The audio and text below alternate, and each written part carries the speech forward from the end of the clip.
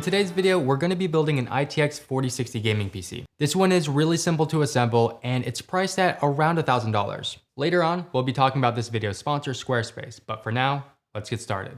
For the CPU, I'll be using the Intel i5-13400. I would recommend you save some money and get the i5-13400F. The only difference would be no onboard graphics on the CPU, which isn't needed anyway, as we will be pairing this with a dedicated GPU. This CPU has 10 cores, 6 of which are performance cores and the other 4 are efficiency cores. And what that basically means is that the performance cores are what will handle the heavy single-threaded applications like gaming, and those efficiency cores will take care of the background tasks. This CPU performs very well in games, and I think it should pair well with the 4060. I picked up the 13400 for $200 on Amazon. Now, with the 13400, you can use a 12th gen motherboard and DDR4 memory, which can save some money as well. If you do decide to go that route, then you'll need to update the BIOS in order for it to be compatible. I would recommend getting one with a BIOS flashback button to make that process a little bit easier. However, for this build, I will be using a motherboard with the latest chipset and the latest generation DDR5 memory, specifically the Asus ROG Strix B760i. I've used this board on some previous builds and I really liked it. It has everything you would typically need in a gaming PC, with plenty of USB and USB-C ports, built-in Wi-Fi, and 2 M.2 slots, one on the front and the other on the back. I also think it has a really nice design, and I picked mine up from Amazon for $220. So let's lower the CPU into the socket, making sure the arrow on the top right is aligned with the arrow on the socket. It should fall right into place. Then when it's fully seated, we can lower the latch.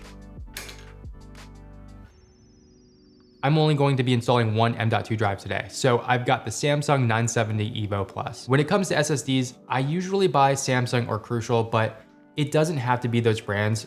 I would say just stick to a brand that you feel like you can trust within your budget. A 1TB stick is plenty for me, and there is that additional slot if there's ever the need to add more in the future. I picked this one up on sale from Best Buy for $55. The case we'll be using today is called the NZXT H1, and it actually includes a CPU cooler, a 750 watt 80 plus gold power supply, and a PCI Express 4.0 riser cable built in. So what I'm going to do now is get the LGA 1700 backplate, peel the protective stickers off, and then align it through the 4 holes on the back of the motherboard. Then we can simply tighten the 4 standoffs on the other side. Okay, so typically we would install the RAM around this point in the build. However, I found that building in the NZXT H1 case, they can get in the way when you're trying to plug in the front IO and USB. So we're going to do that later and move on to actually installing the motherboard into the case. All right, let's get the case ready by popping off these black side panels, and then we can slide the white cover off. I picked this case up from Best Buy for $200, which I think is an absolute steal for everything you're getting here. It's been frequently on sale, and this is going to make it much easier to hit around that $1,000 price target. Let's grab the motherboard and slide it through the side to align the IO plate and the standoffs. Then simply secure it into place. You'll want to take your time during this step and make sure that the screws are threaded correctly, as these can be easy to accidentally cross thread. There's also very little cable management needed here, as all of the case and power supply cables are pre-routed right where they need to be. I'm going to grab the case cables first and then plug them into the right side of the motherboard. That's the front IO, which is nicely made into a single connector instead of a bunch of small individual cables. USB-C front panel connector and the USB 3.2 Gen 1 header. Then we can plug in the HD audio connector and the USB on the bottom. The last cables to plug in is the motherboard connector on the right and the CPU power cable, which is conveniently hanging right over the top just where we need it. Now we can install the water block. I've used this case before, so I'll need to apply some thermal paste. For these Intel CPUs, I like to put a line right down the middle, but you really don't need to stress or overthink this. Just put about as much as you see here and it should be just fine. We can lower the water block onto the CPU and use the thumb nuts to secure it into place. I recommend switching off in an X pattern after every few rotations. This is going to help ensure nice, even pressure across the CPU. Now we want to make sure that we connect the pump from the AIO cooler. My motherboard recommends using the AIO pump header, so that's what I'll be using. With all of that out of the way, now we can install the RAM. And I'll be using 32 gigs of Corsair's Vengeance DDR5 5600 memory. These should work great with the build, as they have an XMP profile that we can utilize, and their lower profile, which will be important here as the case might not close if you pick a set that's too tall. We just need to make sure that the notch is correctly aligned, then apply even pressure until you hear both sides click into place.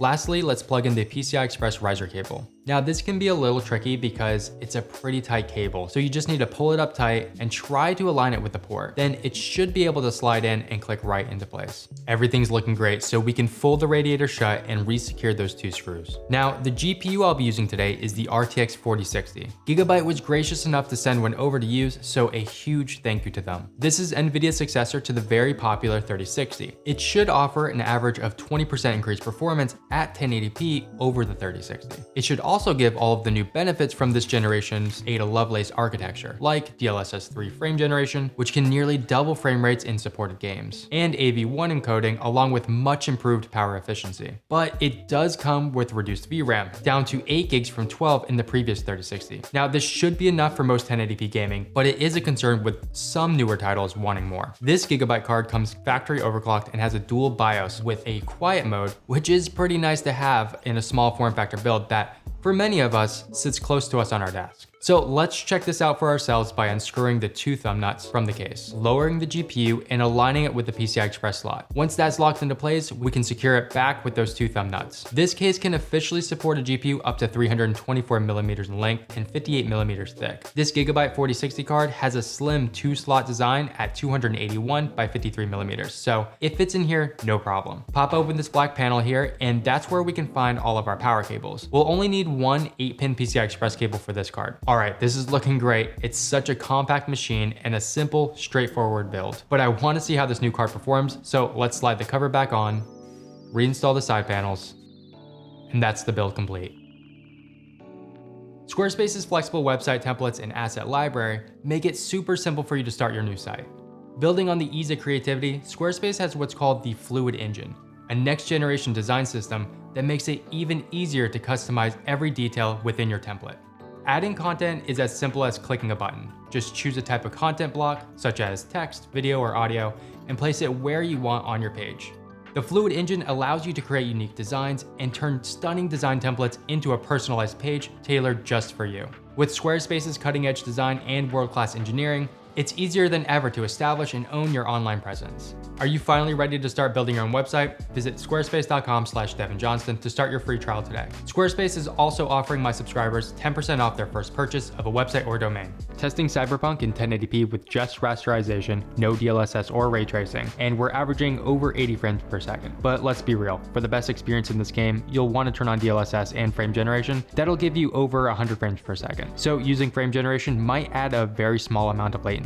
But honestly, in single player games like this, you probably would never notice, and it can seriously increase the frame rate, almost double it in some games. Guardians is also running really great on the new 4060. It's holding up well, often hitting that 144 frames per second cap with just rasterization at the highest preset. Checking out Spider-Man Remastered, now in 1080p, and I gotta say, the performance is pretty great. Rasterization performance is easily hitting over 135 frames per second on ultra settings. This game also supports ray tracing, so if you turn that on and utilize DLSS 3 frame generation, you will still get 80 to 100 frames, making ray tracing totally viable and enjoyable on the system. Alright, so no surprise here, but this machine can handle playing Apex Legends in 1080p high settings no problem. I'm seeing 195 frames without issue, which is totally good enough for some competitive 1080p gaming. The same can be said for Overwatch 2. At 1080p ultra settings, it consistently runs over 250 frames per second. So if you have a high refresh rate monitor and want to make full use of it without sacrificing any visuals, then you can do that here. Call of Duty Warzone is definitely more demanding than the last few shooters, but you can still get well over 100 frames at the high preset. This game does support DLSS, but it doesn't look great at 1080p in this game. I was seeing an average of 140 or so frames with it. I'd rather not use it in this situation. Temperatures are looking good as well, with the CPU in the low 40s or below when gaming, and I haven't seen the GPU exceed 64 degrees, most of the time sitting in the 50s. This is a really nice PC overall. I always love building in the NZXT H1, and this config has great 1080p performance. Now, I don't do graphic card reviews. That's not really what this channel is about, and there are plenty of other channels that do deep dives in that area. But I will share some thoughts on the 4060. For the new 4060, NVIDIA's claims seem to be accurate at around 20% improved rasterization performance. And with all of the benefits that come with this new generation of cards, I do think that it's a net positive over last generation's 3060. But it might not be as big of a generational jump as some hoped. The energy efficient design only consumes around 130 watts when gaming, which is considerably less than the 3060 at around 180 watts. And it's virtually silent while running, making this a good option for some small form factor PCs. Frame generation is also very impressive on the albeit short list of single player games that support it, but the reduced VRAM is going to be a problem to some people. Now, I don't feel like this is an issue for most 1080p gaming right now, with the exception of a few one-off instances.